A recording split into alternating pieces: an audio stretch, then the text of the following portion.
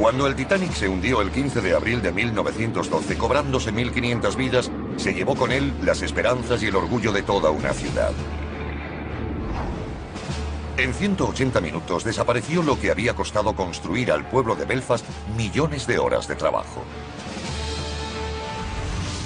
Antes de iniciar la construcción tuvieron que excavar un enorme dique nuevo en la marisma de la ciudad. Forjaron hectáreas de acero para montar un casco que creyeron indestructible. Instalaron 2 motores, cada uno del tamaño de un edificio de 2 plantas, para propulsar al Titanic a través del Atlántico. Y los mejores artesanos trabajaron para crear unos interiores que rivalizaban con los mejores hoteles. Ahora, el lugar donde se botó el gran barco está abandonado y desierto. Pero nuestros investigadores han venido para descubrir el aspecto que tuvo en su apogeo, con un ejército de abnegados trabajadores, el astillero más grande del mundo. Hallaremos rastros de las enormes estructuras que se alzaban aquí y de los grandes recursos desplegados. Descubriremos las duras condiciones en las que vivían y trabajaban estos hombres, y desvelaremos pruebas de su pericia, determinación y extraordinaria ambición. Terminó en catástrofe, pero lo que ocurrió aquí fue increíble. Reconstruiremos el mundo de los hombres que construyeron el barco más grande de la historia. Este es el mundo perdido del Titanic.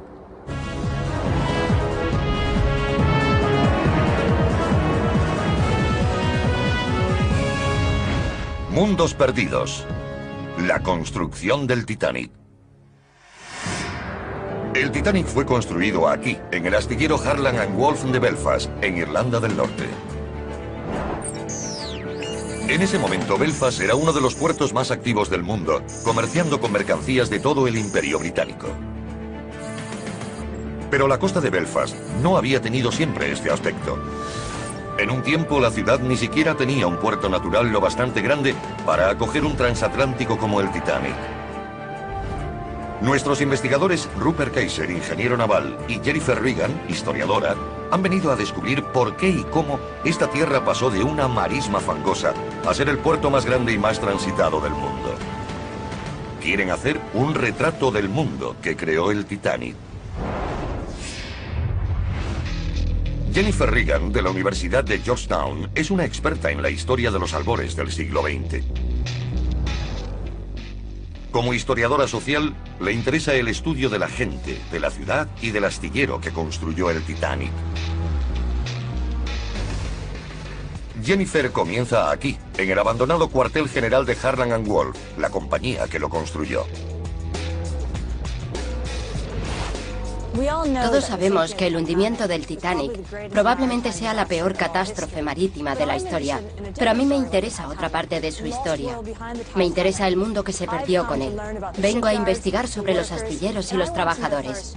Lo primero que quiero saber es de dónde surgió la idea y por qué Harland y Wolff de Belfast decidió construir el barco más grande que haya visto el hombre. Los inicios del siglo XX fueron una época de innovaciones e inventos en la tierra y en el mar. Una nueva generación de barcos de vapor inició una revolución global de los viajes. Una compañía llamada Cunard Line lideraba el sector con 2 barcos superrápidos, el Mauritania y el Lusitania. El presidente de Harland and Wolff, William Pirrie, estaba decidido a arrebatarle la supremacía. Planeó la construcción de 3 grandes transatlánticos. Uno de ellos se llamaría Titanic. Cada buque se construiría artesanalmente sin ninguna de las herramientas modernas ni la tecnología de la que disponemos en la actualidad. Como experto en ingeniería naval, Rupert Kaiser está fascinado por cómo se hizo. El 31 de mayo de 1911, el Titanic fue botado en esta grada. Lo que lo hacía singular no era su tecnología, sino sus grandes dimensiones. Me interesa descubrir cuáles fueron los detalles de su construcción y los retos que tuvieron que superar para crear el barco más grande del mundo. El nivel de ambición de William Pirrie quedó claro cuando vemos los planos del Titanic. Su barco tendría 269 metros de largo, el equivalente a 6 Boeing 737 de una punta a la otra. podría alojar 3.500 personas. Tendría 9 cubiertas y a plena carga pesaría 67.000 toneladas. Sería el barco más pesado y más alto de los mares. El proceso de diseño empezó aquí, en las oficinas de Harland & Wolff, 5 años antes de hacerse a la mar. Jennifer descubre los planos originales del barco en un almacén. Estoy mirando estos planos, que datan del mismo periodo que el Titanic, y son preciosos. Están dibujados a mano y el material no es papel, es lino. Veo que todos los detalles del Titanic se dibujaron aquí.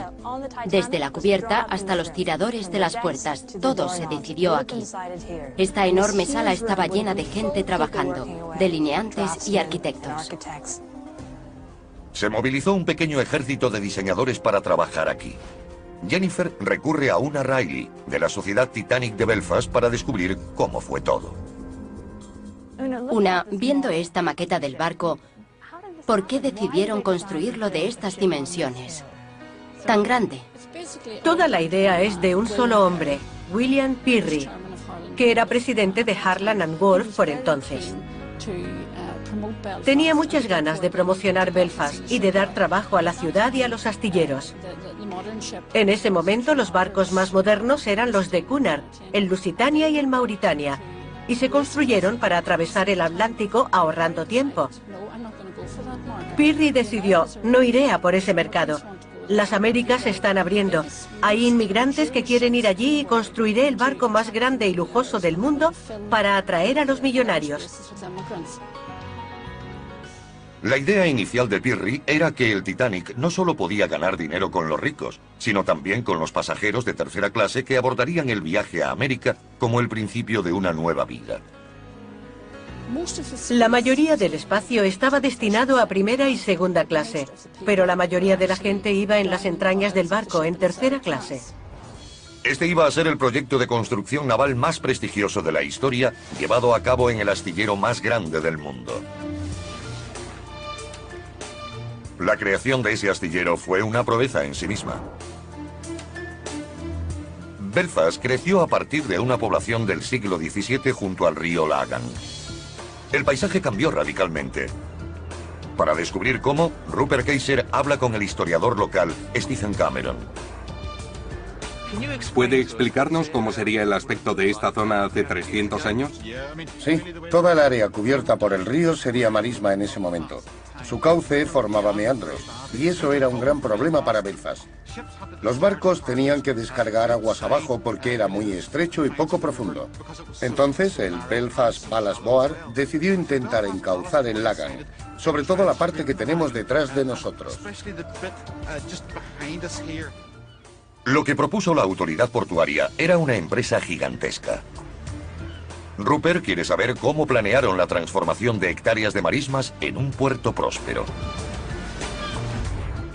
Ahora va a visitar a Jonathan King, historiador del comisariado del puerto de Belfast.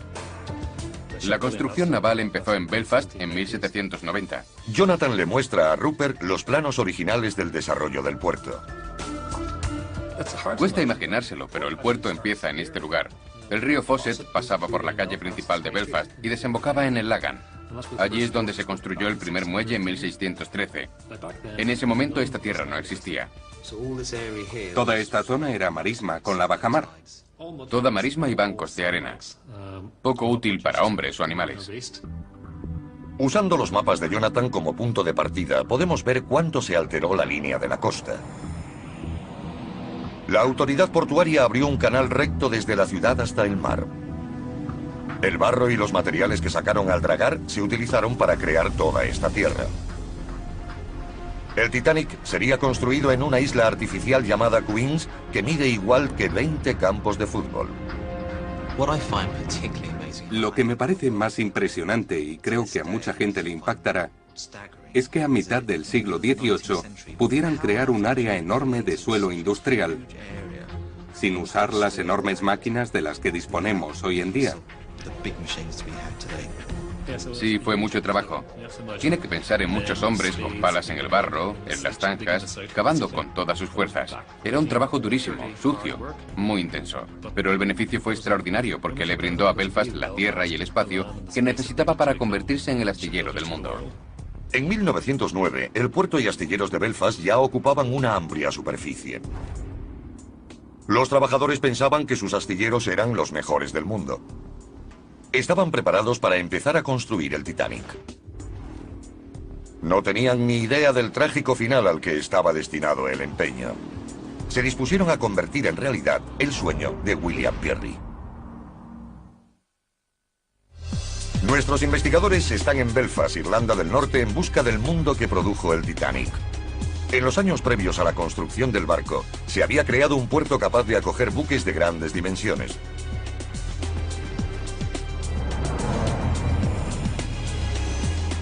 Dado que no había precedentes de la escala del Titanic, el siguiente paso antes de iniciar la construcción del barco era crear el lugar adecuado para hacer el trabajo. Sería necesaria una gigantesca estructura de acero llamada pórtico para sostener el casco mientras se iba montando. Tenía que ser la más grande que se hubiera construido nunca. Jennifer Regan quiere comprobar qué queda de ella junto a una Riley. Hemos salido de la sede de Harland & Wolff, donde se gestó la idea y se dibujaron los planos. Y aquí se construyó, ¿verdad? ¿Dónde estamos? Ahora estamos en la grada en la que se construyó el Titanic. ¿Se hizo aquí? El pórtico que lo rodeaba tenía más de 240 metros de longitud y el doble de alto que el monumento a Lincoln. Hoy solo quedan algunos restos de esta enorme estructura. Ahí se ven unos rastros del pórtico. ¿Estos trozos de metal? Sí, estos. Se alzarían en el aire bastantes metros.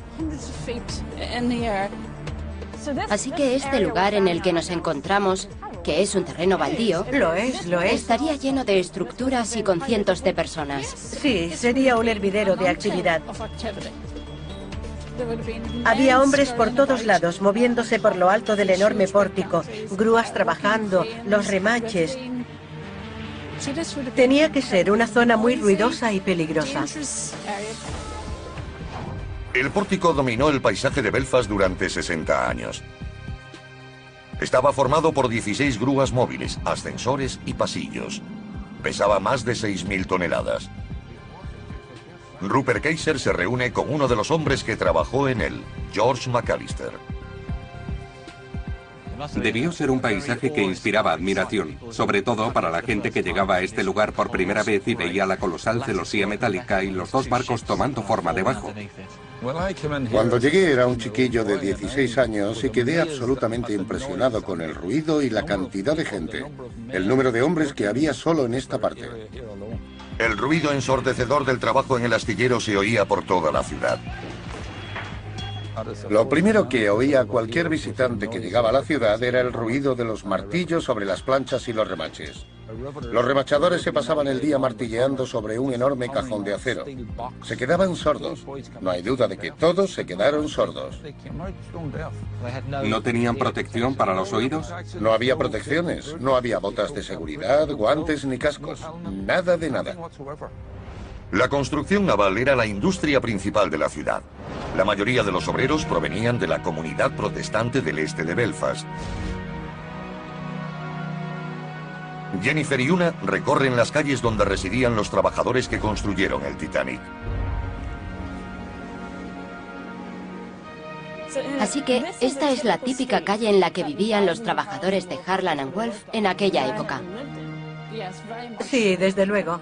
Es la característica calle con casas adosadas en las que vivían los obreros. Estas modestas casas se calentaban con carbón y se iluminaban con velas.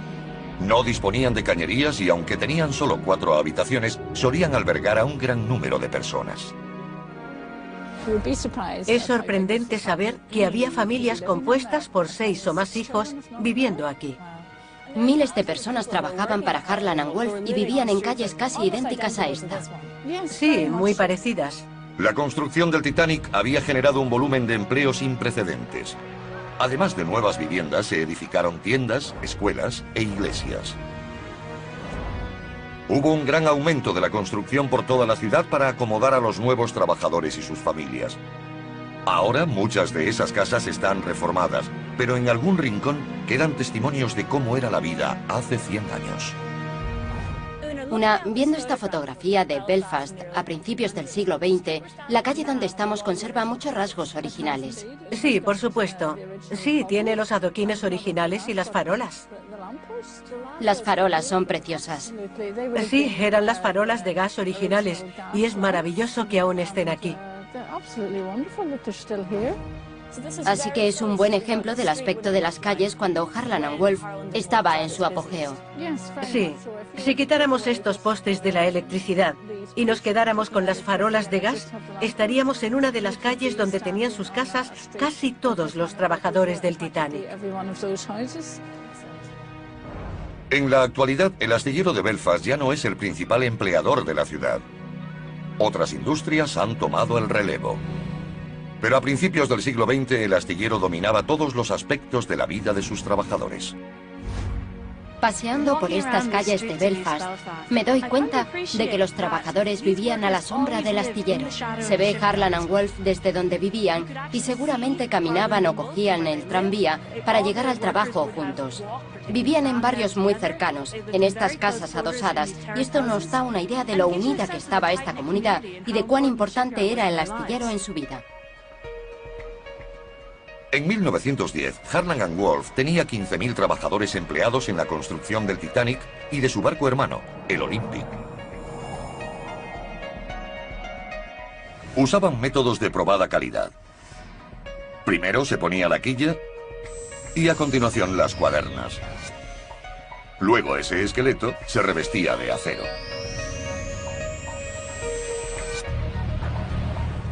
Se fundieron, laminaron y forjaron decenas de miles de toneladas de acero. Se cortaban in situ en planchas de 9 por 2 metros y se llevaban al pórtico a través de una red de vías. Cuando estas planchas llegaban a su lugar, empezaba su colocación. El astillero está lleno de restos de este proceso. Estás buscando restos, pides pistas. Vamos a ver qué encontramos. Levanta esto de aquí y veremos. Aquí lo tienes. Estos son restos. Ahora verás. Esto es parte de un remache. Esta es otra de las piezas. Y también hay tuercas y tornillos y otras cosas. ¿Es posible que estos objetos se usaran para construir el Olympic y el Titanic? Bueno, esta es la grada donde estaba el Titanic. No puedo garantizar que estos salieran del Titanic, pero nunca se sabe. Claro. Se usaron más de 3 millones de estos remaches para ensamblar las planchas del casco. Encontramos más pistas en el laberinto de vías por las que circulaba un ejército de 50 grúas pequeñas. 3 de las grúas aún siguen en pie. Funcionaban con vapor. Estas grúas son las 3 de vapor que quedaban en Harland. Y estaban aquí cuando se construía el Titanic. Trabajaron en él. Cuando George trabajaba aquí en los años 70, operaba una grúa como esta. Lo que tienes detrás es la vieja caldera. Con ella se obtenía el vapor y con esas palancas se controlaba la pluma. Las grúas eran las bestias de carga del astillero. Podían levantar 5 toneladas y usaban una tecnología más que probada. Eran plenamente fiables. La sencillez de su diseño permitió que se mantuvieran en servicio durante muchos años. Es increíble pensar que estas grúas ayudaron a construir un barco legendario y que ahora estén abandonadas, oxidándose. Pero no solamente la maquinaria tenía que ser resistente. Para los obreros que trabajaban en el Titanic, las condiciones eran muy duras. Cuando empezó a funcionar el astillero en el siglo XIX, los hombres trabajaban desde las 6 de la mañana hasta las 8:15 de la noche, 5 días a la semana. ¿14 horas diarias? Y desde las 8 de la mañana hasta las 4 de la tarde los sábados. Era un trabajo muy peligroso, había muchos accidentes. Saltaban remaches o caían tuercas desde lo alto sobre los hombres que trabajaban debajo. Pero en esa época nos alegrábamos de tener un sueldo, así que había que soportarlo. Harland & Wolff era una empresa dura. Los trabajadores del astillero tenían pocos derechos. Muchos hombres hacían cola cada día intentando conseguir trabajo por un día. Y de hecho, si te empleaban un día, tenías que usar una de estas piezas. ¿Qué es? Es un tarjetón de madera con un número grabado. 35315.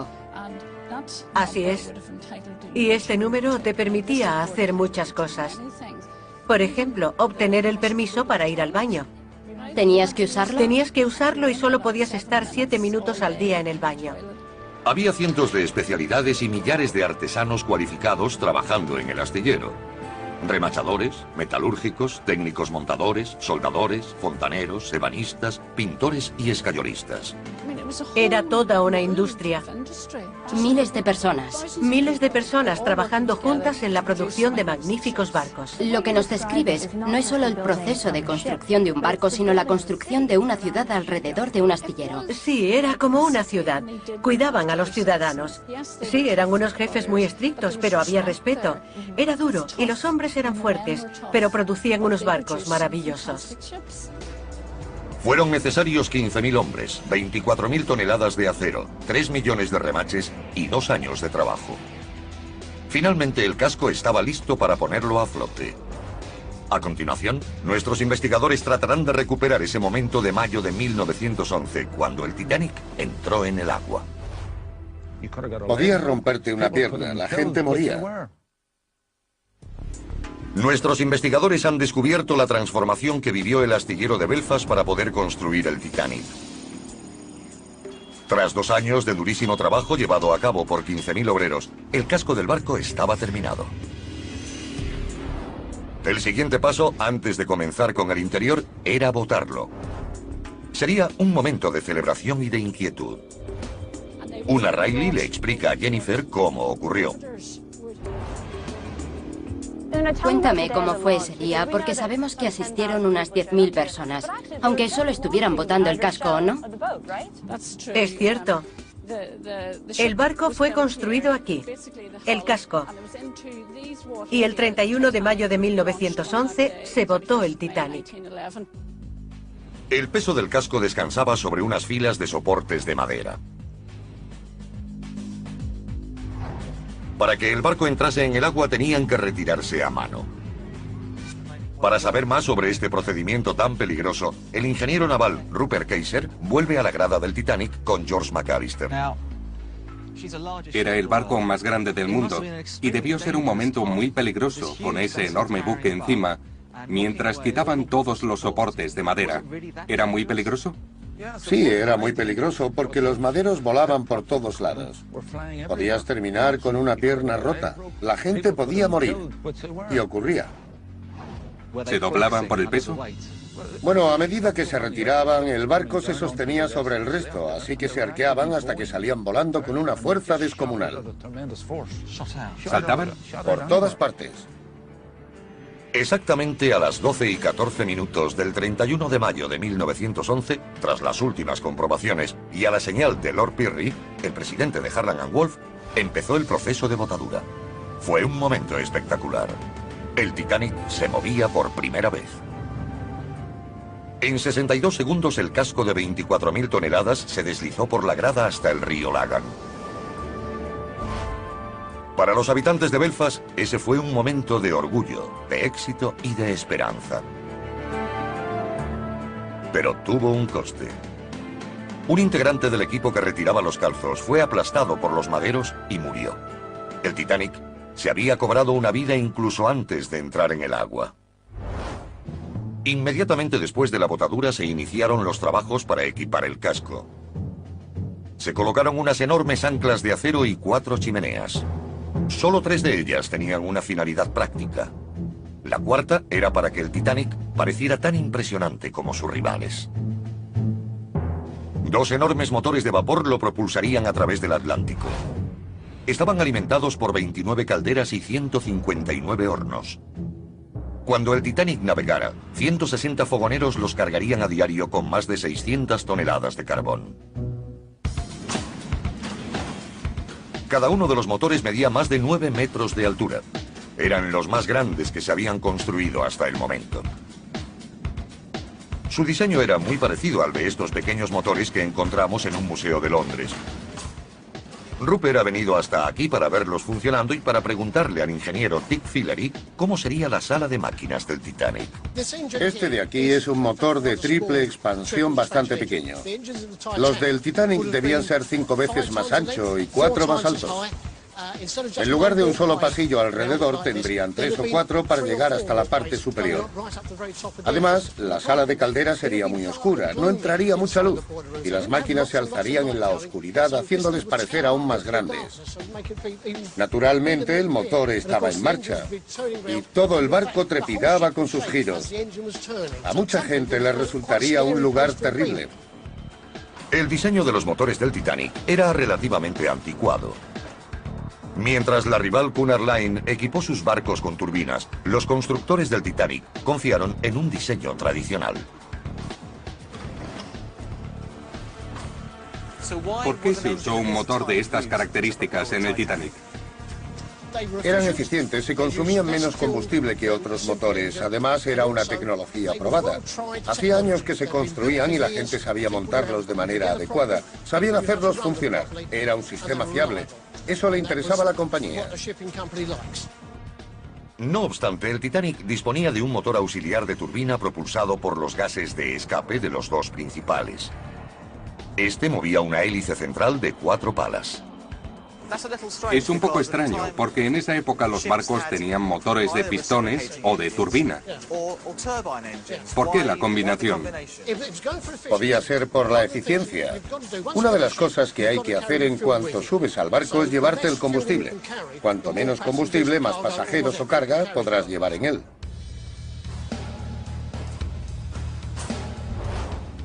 Con los motores montados, el Titanic tenía que pasar del agua a un dique seco para completar el trabajo en el casco. El único que podía acogerlo era el dique seco Thompson. Rupert ha venido hasta aquí para hablar con John Beattie, historiador naval del Parque Científico de Belfast. Este es un lugar extraordinario, de un tamaño absolutamente colosal. Asombroso. Es maravilloso poder observarlo. Sí, de hecho el Titanic ocupaba todo el dique. Era el mayor dique seco de su época. Medía 260 metros de largo, como 3 campos de fútbol, y 36 metros de profundidad. Construir un dique de tales proporciones fue toda una hazaña de la ingeniería. Construir un dique de este tamaño debió ser una tarea inmensa, sobre todo hace 100 años. Lo fue. Desde un buen principio sabían que se enfrentaban a un gran reto. Y tenían que hacerlo en un suelo muy pobre. Había unos 15 metros de terreno inestable, sobre todo de barro. Además, el propio dique oculta, fuera de la vista, muchos materiales que se usaron en la construcción. Cantidades enormes de hormigón y ladrillos. Realmente fue una proeza de la ingeniería. Sí, fue una empresa constructiva de alto riesgo. El objetivo era terminar el dique seco en 3 años y medio, pero tardaron 7 años. Estuvo listo justo a tiempo para el Titanic. El 3 de febrero de 1912 se abrieron las compuertas y los remolcadores iniciaron la delicada maniobra para introducirlo en el dique Thompson. Cuando estuvo dentro, se cerró la compuerta y entraron en funcionamiento las bombas para extraer el agua.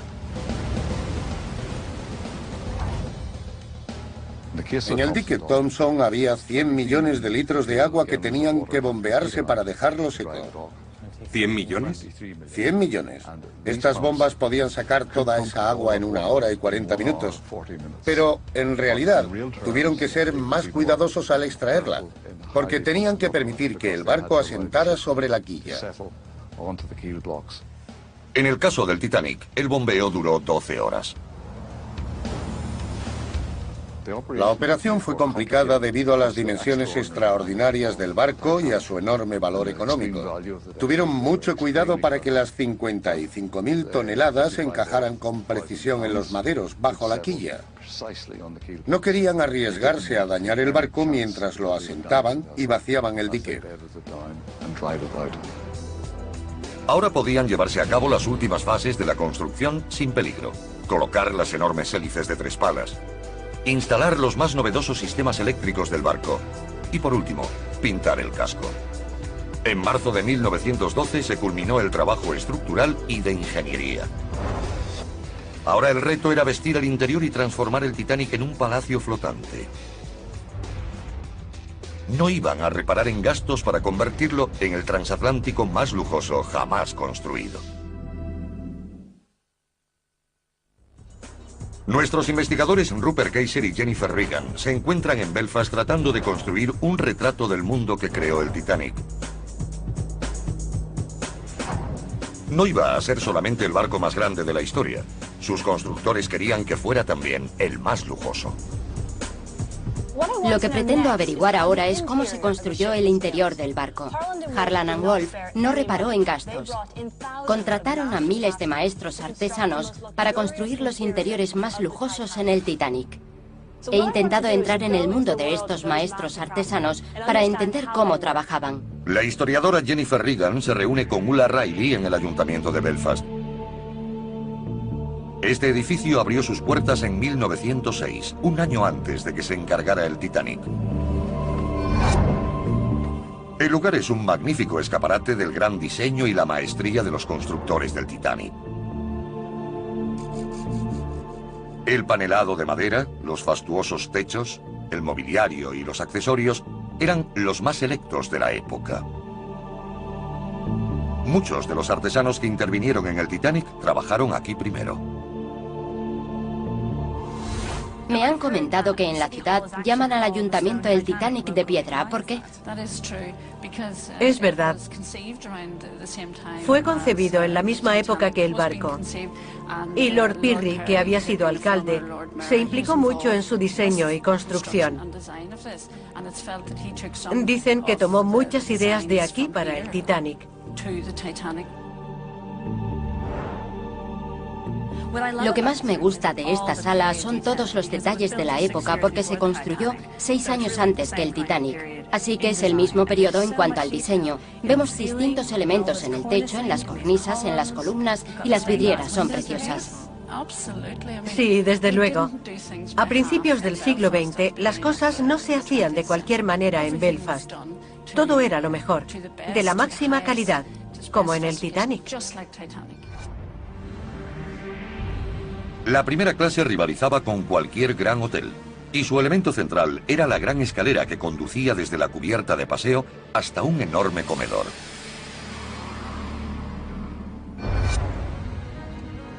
Para saber cómo era exactamente el interior del Titanic, Jennifer ha viajado desde Belfast hasta Northumbria, en el noreste de las Islas Británicas. Aquí, en la antigua población de Annie, ha descubierto una copia exacta del comedor de primera clase del Titanic.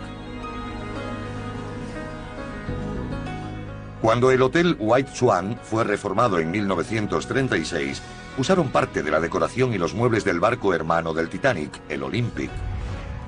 Ambos interiores eran idénticos. Los dos barcos fueron diseñados y construidos por los mismos artesanos de Belfast. Y en el vestíbulo del hotel encontramos la única parte que se conserva de la gran escalera del salón de primera clase. John, háblame de esta espléndida escalera tallada. Es un ejemplo magnífico.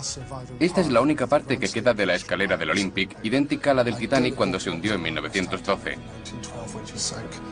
Es única porque no se conserva ninguna otra de los transatlánticos de la calle Olympic.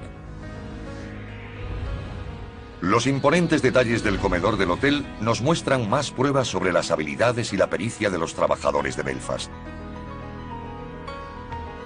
Los techos, vidrieras, apliques y los exquisitos trabajos en madera reflejan la edad de oro de los viajes por mar. Aquí tenemos la oportunidad de percibir cómo debía ser la vida a bordo del Titanic. John, supongo que este es el mejor lugar para saber lo que se sentía al entrar en el gran comedor del Titanic. Por supuesto. Tenemos los increíbles techos de escayola, vidrieras, todos estos paneles. Hay muchísimas cosas. Sí, todo es original. Obviamente el comedor de primera clase del Olympic era mucho más grande que este. Sería 10 veces mayor. Enorme. Me gustaría saber alguno sobre la talla. El trabajo es impresionante. El tallado de la madera del Olympic se hizo en Harland & Wolff, como el del Titanic. Y los artesanos pasaban muchas horas trabajando, de día y de noche, para conseguir estas maravillas. Pirri sabía que esta era la mejor manera de atraer a los clientes más adinerados. Viendo todo este trabajo, está claro que buscaban una clientela muy exigente. Sí, estos paneles son lo mejor que había entre 1911 y 1912. Y no olvidan ningún detalle. ¿Este aplique es de bronce? Son los originales del barco y están hechos de bronce. Había cientos a bordo. Y lo último, eran eléctricos, ¿no? Sí, eléctricos. Preciosos. Todos los detalles del salón daban una pista sobre su función. Hay algo que es importante destacar. Aquí hay unas notas musicales y algunos símbolos en un papel. Todo tallado en la madera. ¿Es una partitura? Sí, y está tallada por los artesanos de Harland & Wolff. Impresionante. Toda la sala presenta motivos musicales. Tenemos guitarras. Así que se usaba para el entretenimiento. También. Todos son símbolos de entretenimiento y diversión. Sí, claro. Este salón, además de servir como comedor de primera clase, era el salón de baile y música. Para mí es una muestra del nivel de detalle con el que trabajaban en este lugar. Es impresionante cuando piensas en la cantidad de gente que tuvo que trabajar para conseguir estos detalles. John White tiene una colección única de recuerdos y objetos del Olympic y del Titanic. De nuevo, estas piezas nos revelan el alto nivel de pericia y dedicación de los trabajadores. Cuando veo la cantidad de detalles que hay en el interior de barcos como el Titanic, pienso en el enorme número de trabajadores que participaron en su realización. La artesanía, los trabajos en metal, el cristal, la porcelana, los tiradores de las puertas, y eso me muestra cuán importante era el Titanic para Belfast y cómo ayudó al desarrollo de la ciudad ese hervidero de maestros artesanos. A las 8 en punto de la tarde del 2 de abril de 1912, el Titanic salió de Belfast por última vez. Debía llegar a Southampton para recoger a los pasajeros de su primer viaje transatlántico. El miércoles 10 de abril de 1912, cuando empezó ese viaje, zarpó con las aspiraciones, los sueños y la ambición de una generación. 5 días más tarde, todas esas esperanzas se convertirían en conmoción y pena, cuando el Titanic volvió a aparecer en los titulares, porque el más grande de todos los barcos había desaparecido.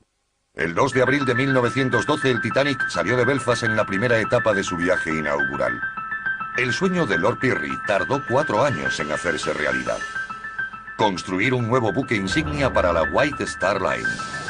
15.000 trabajadores de los astilleros de Belfast lo habían construido plancha a plancha, remache a remache.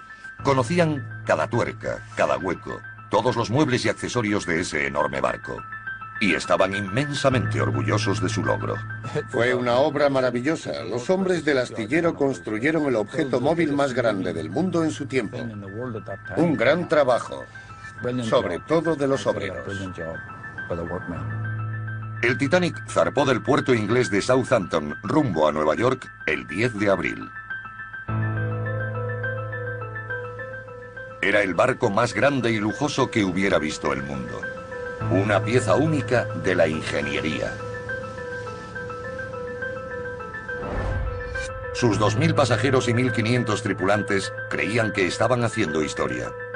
Entre ellos estaba el director de diseño del Titanic, Thomas Andrews, quien llevó consigo a 9 especialistas del astillero, conocidos como el Grupo de Garantía. ¿Qué era el Grupo de Garantía? Era un grupo muy especial de hombres que iban en el primer viaje de cada barco. Eran los mejores trabajadores del astillero y se les escogía a dedo. La competitividad para ir a bordo en el viaje inaugural era muy grande Y cuando sabían que les habían premiado con esa oportunidad, la familia estaba muy orgullosa. Estos hombres acompañaron a Thomas Andrews en el Titanic para solucionar cualquier problema que surgiera. El desastre llegó 5 días después de empezar el viaje. Quizás es la catástrofe más famosa de la historia marítima. Un choque con un iceberg causó unos daños que nadie pudo reparar. Y el Titanic se hundió en 3 horas. Murieron unas 1.500 personas.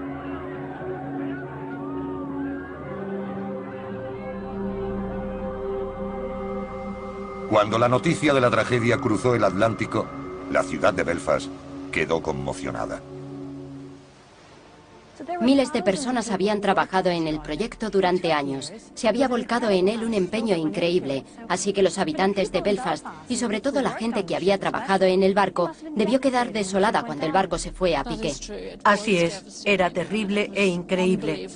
Se cuenta que hubo trabajadores de los astilleros que se derrumbaron llorando porque el barco que habían despedido hacía pocos días se había hundido y había muerto toda esa gente.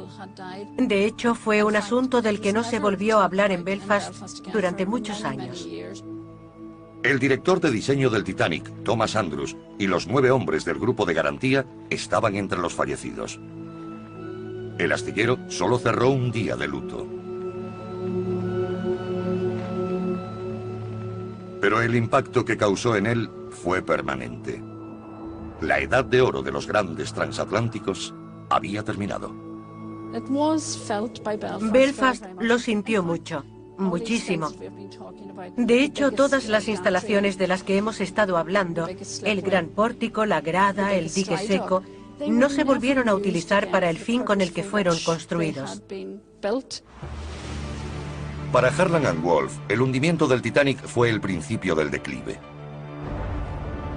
Durante la Primera Guerra Mundial el astillero siguió haciendo barcos, pero las gradas y pórticos que se habían construido para el Titanic nunca volverían a trabajar al mismo nivel. Rupert Kaiser ha descubierto una última reliquia de la edad de oro del astillero. Este pequeño y herrumbroso barco, que hasta hace poco yacía olvidado en un puerto francés, es el Nomadic. Iba destinado a llevar a los pasajeros de primera clase desde Europa continental hasta el puerto donde embarcarían en el Titanic. De todos los barcos construidos por Harland and Wolff en su época dorada a principios del siglo XX, es el único que queda. Un equipo de voluntarios tiene la intención de devolverle su esplendor original. El historiador local Stephen Cameron le explica a Rupert por qué el regreso del Nomadic es tan importante para la gente de Belfast. Es el mismo acero, el mismo material, los mismos remaches que están en este barco son los que tenía el Titanic. Ha regresado a Belfast, al lugar donde nació, al hogar del Titanic, y es donde debe estar. Es estupendo volver a tenerlo aquí.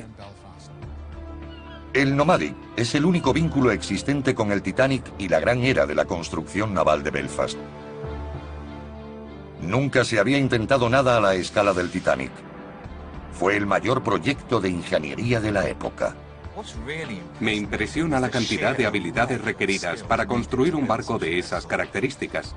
Las partes necesarias para crear el Titanic van desde las más pequeñas, como los remaches, hasta las más grandes, como las cuadernas, que medían entre 25 y 27 metros de longitud.